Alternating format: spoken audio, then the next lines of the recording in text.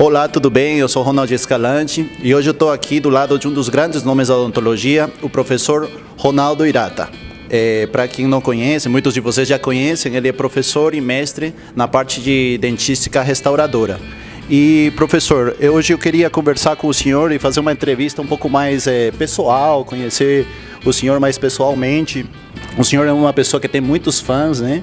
E muitos deles gostam muito do estilo do senhor. Eu, pessoalmente, sou grande fã, né? E gosto do estilo, do cabelo, das fotos que o senhor faz. Realmente sou um grande fã seu.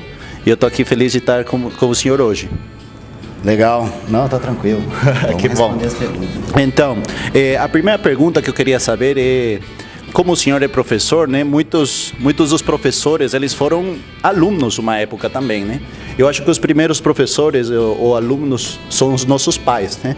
Eu queria saber quais que foram as coisas que você ganhou dos seus pais, da sua avó, de alguma parte da família que fizeram formar seu caráter e fazer do senhor a pessoa que o senhor é hoje. Qual que são lembranças da sua infância ou alguma coisa que o senhor realmente mudou e acrescentou na sua vida? A educação japonesa, oriental, ela é um pouco diferente. Os pais tratam diferente. Eles não têm essa relação tão carinhosa como o latino-americano tem. O japonês, ele é mais prático, mais frio. Certo. Mas eu lembro algumas passagens assim que representam como é a cabeça do japonês, da educação japonesa. Aí eu lembro que eu sempre, no primário, primeiro ano, segundo ano, terceiro ano, eu sempre fui um dos melhores alunos, tirava 9, 10. Aí meu primeiro 8 foi na quarta série. O primeiro 8 que eu tirei foi na quarta série. Só que eu tinha um pouco de vergonha de ser um aluno muito bom. Então, sim, olha só. Porque tinha aquele conceito do nerd, né? Mas eu lembro que eu, no segundo ano, primeiro ou segundo ano, eu falava pra minha mãe: todos os meus colegas ganham presentes quando passam de ano. Eles ganham presentes. Olha só. E eu sou um dos melhores alunos da sala, eu nunca ganhei presente. Olha que interessante. Eu era muito pequeno. Primeira série deveria ser como uns 8 anos, digamos. Sim. E eu lembro que ela falou assim: olha, se você não quiser estudar e quiser repetir o ano, isso é um problema seu. É você que vai repetir o ano, não sou eu. Se você não quiser estudar, isso é com você. Se você quer estudar e passar, isso também é pra você. Não vou dar presente por isso. E eu fiquei com isso na cabeça até hoje. Então eu fico observando muitas pessoas. Tem pessoas que são condicionadas a querer fazer uma coisa porque elas vão ganhar alguma coisa. E isso é uma coisa que os meus pais me ensinaram antes. Eles falam assim: você não faz uma coisa para ganhar um presente, um prêmio. Você faz para você. É você que decide o que você quer. Essa foi uma lembrança mais clara da minha educação. Se eu fosse lembrar alguma coisa dos meus pais, talvez fosse mais isso. Que bom, maravilhoso o aprendizado. Professor, muitos dos dentistas, eles têm o sono de ser um dentista reconhecido na profissão, de ser, às vezes, algum deles até palestrantes, como o senhor é. Como foi que o senhor passou de ser um dentista, vamos dizer assim, normal, de consultório, para ser um grande palestrante e uma pessoa tão reconhecida, incluso não só no Brasil, sino internacionalmente? Como foi esse percorrer ou como que passa um dentista de ser dentista normal a ser um dentista palestrante? O que fez diferente?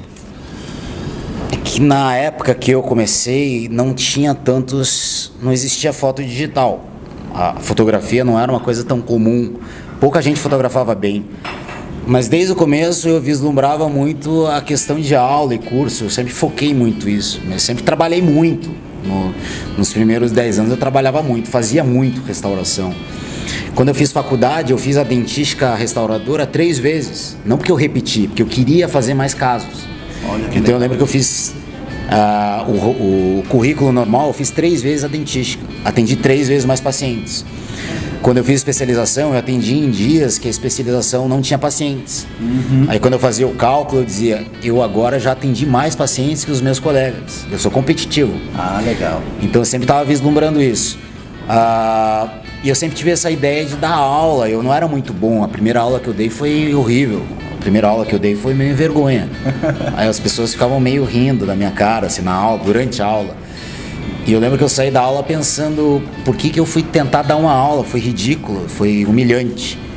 E eu lembro que 2 meses depois dessa aula, teve um concurso na Federal que eu fiz para substituto. E tinham 10 temas de aula, eu só tinha uma aula montada, tinham 10 temas para sortear. E quando eu sorteei esse tema da aula, dos 10 temas eu só tinha uma aula, que foi essa aula que foi humilhante, que eu tinha dado de experiência. E quando eu tirei o sorteio, sabe qual aula caiu? Qual? Essa aula que eu tinha dado, era tempos operatórios. Mas sabe o que eu pensei na hora? Esse concurso é meu. Ah, sim. Tipo, é Deus, né? Claro, foi Deus que foi e antes do caminhando concurso eu sabia que aquele concurso eu ia ganhar. Olha só. E como eu fui muito mal na primeira aula, que eu tentei dar essa aula, foi ridículo. Quando eu fiz o concurso, a aula foi excepcional. Parabéns. Sabe o que quer dizer? Eu acho que tem coincidência, cada um acredita numa coisa. Sim. Mas... E além das coincidências, o trabalho duro, né? A preparação, eu acho que também é a base do sucesso, né? Mas um problema que eu vejo do jovem hoje, em comparação à minha época, é que o jovem ele não pensa em ser, eu quero ser bom nisso, eu quero ser um bom dentista e depois começar a falar sobre essa experiência que eu estou adquirindo e as ideias que eu tenho na odontologia. Ele não pensa isso hoje. Você pega um jovem que está querendo ser mais expoente, ele pensa em ser famoso. Entendi. Ele não pensa assim, vou pensar em coisas originais e depois sim tentar ganhar espaço, ganhar mais espaço para cursos, ser um palestrante mais reconhecido. Não, no geral eles falam, eu quero ser famoso. Como eu faço para ser famoso? E eu recebo muita mensagem no Instagram, não faz sentido para mim, me desculpa. Claro. Vocês mandam uma mensagem assim, Hirata, como eu faço para ser famoso? Nunca pensei assim, famoso não. Foi natural que você virou realmente famoso, né? Por exemplo, você é famoso nesse prédio, todo mundo te conhece. Você é uma pessoa famosa? No prédio. Mas quando você sai do prédio, você não é famoso. É. Então as pessoas falam famoso. No âmbito da odontologia, né?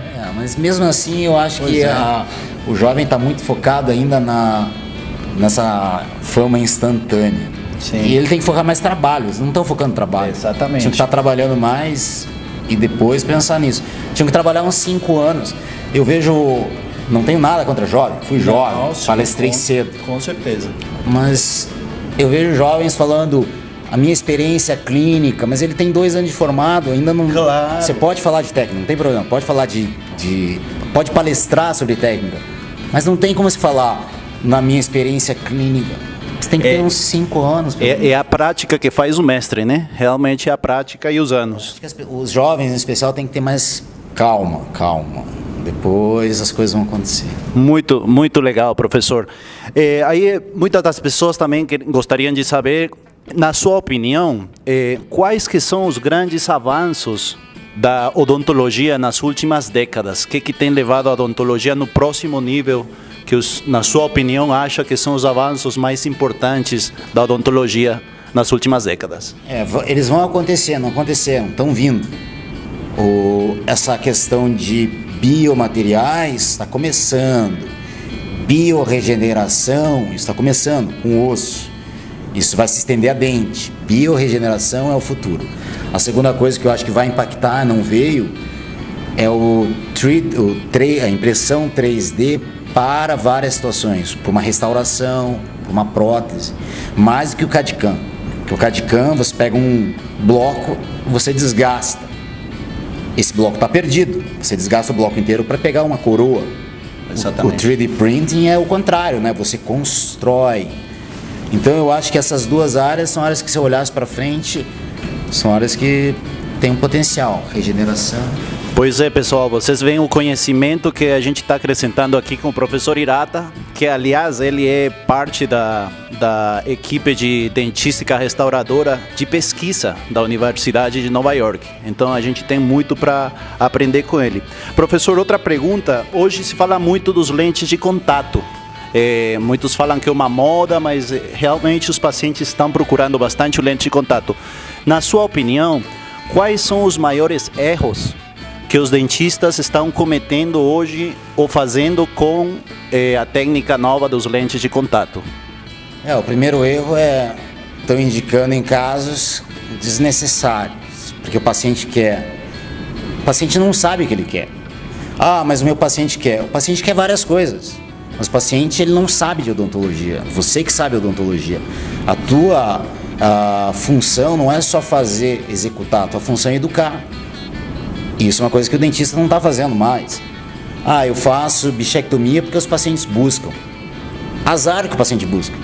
Eu preciso dizer para ele o quanto isso é, pro caso dele, compensador ou não. Eu preciso ser sério. E grande parte dos casos você vai perceber, o paciente, quando ele olha para você e você fala sério, ele quer confiar em você, ele confia em você. Ah, mas ele viu na revista. Não quero saber o que ele viu na revista. Às vezes os dentistas me falam, mas meu paciente ele viu no Google. Eu não quero saber o que meu paciente viu no Google. Eu só estudei odontologia até hoje. Eu só estudei odontologia. Eu não posso admitir que o paciente sente na minha frente e fale assim, não, Hirata, eu acho que meu caso não pode ser desgastado, ou tem que ser desgastado, eu queria fazer um outro tratamento. Mas, poxa, eu só estudei isso, me desculpa. Eu nunca faço físico médico, eu não sento num consultório médico, ele olha pra mim e diz, preciso fazer uma cirurgia? E eu digo, não, mas eu não quero fazer uma cirurgia, eu vi na internet que dá pra fazer sem cirurgia. Certo. Ele é o médico, certo. E eu sou o dentista. E isso tem que ser recuperado, me desculpa. Eu não sigo a moda, me desculpa, não sigo a moda. Os dentistas falam muito, os pacientes procuram. Eu não quero saber disso. Você precisa determinar a odontologia, você precisa ser sério. A gente não é cabeleireiro, com todo respeito às cabeleireiras. Com certeza. A gente é odontólogo. Exatamente. A gente mexe com saúde. A gente mexe com estética. Mas eu sou muito mais... A gente estudou tanto, não é verdade? Sim. Eu sou muito mais consciente da saúde hoje do que eu era quando eu comecei a odontologia e pensava que a estética era... Não, acho que a estética é saúde, a gente tem que pensar biologicamente. Parabéns, professor. Eu acho que uma das coisas que mais chamou minha atenção foi a qualidade humana e a honestidade do professor Hirata. Realmente, além de ser um excelente professor, ele é um excelente ser humano. Isso é uma das grandes qualidades dele, que sem dúvida também tem uma influência grande no sucesso na odontologia. Professor, para finalizar, eu queria saber um pouco sobre as ações de marketing, ou que coisas o senhor faz para fidelizar seus pacientes na sua clínica, que tipo de, não sei, talvez alguma dica que o senhor possa dar para a gente garantir a confiança do paciente e a fidelidade do paciente, sobretudo. Na sua opinião, quais são as principais coisas que o dentista deve fazer nesse ponto?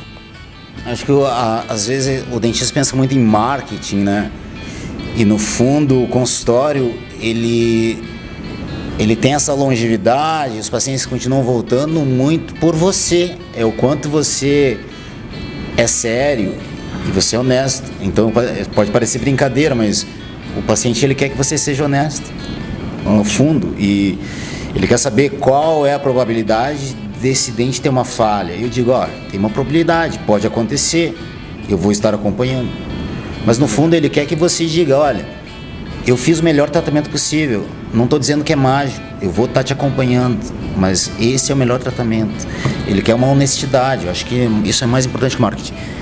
Que bom, professor, parabéns. Eu quero agradecer muito, né, pela entrevista e aproveitar para mostrar aqui também o último livro que o professor Hirata tem feito, né, o livro Shortcuts, que em espanhol ou em português, na verdade, ele significa atalho, né?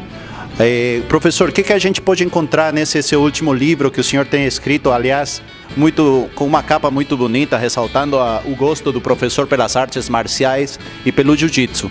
Que conteúdos a gente pode encontrar aqui nesse excelente livro do senhor? Toda a parte de restauração indireta é o que o livro aborda. Tem um último capítulo que é restaurações indiretas parciais, inlays, onlays.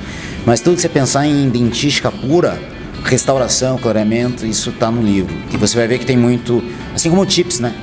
Ele tem muitas receitas do passo a passo, mas esse eu incluo também algumas questões que o TIPS não envolvia, que era o que a ciência tem apontado, para onde a gente está caminhando.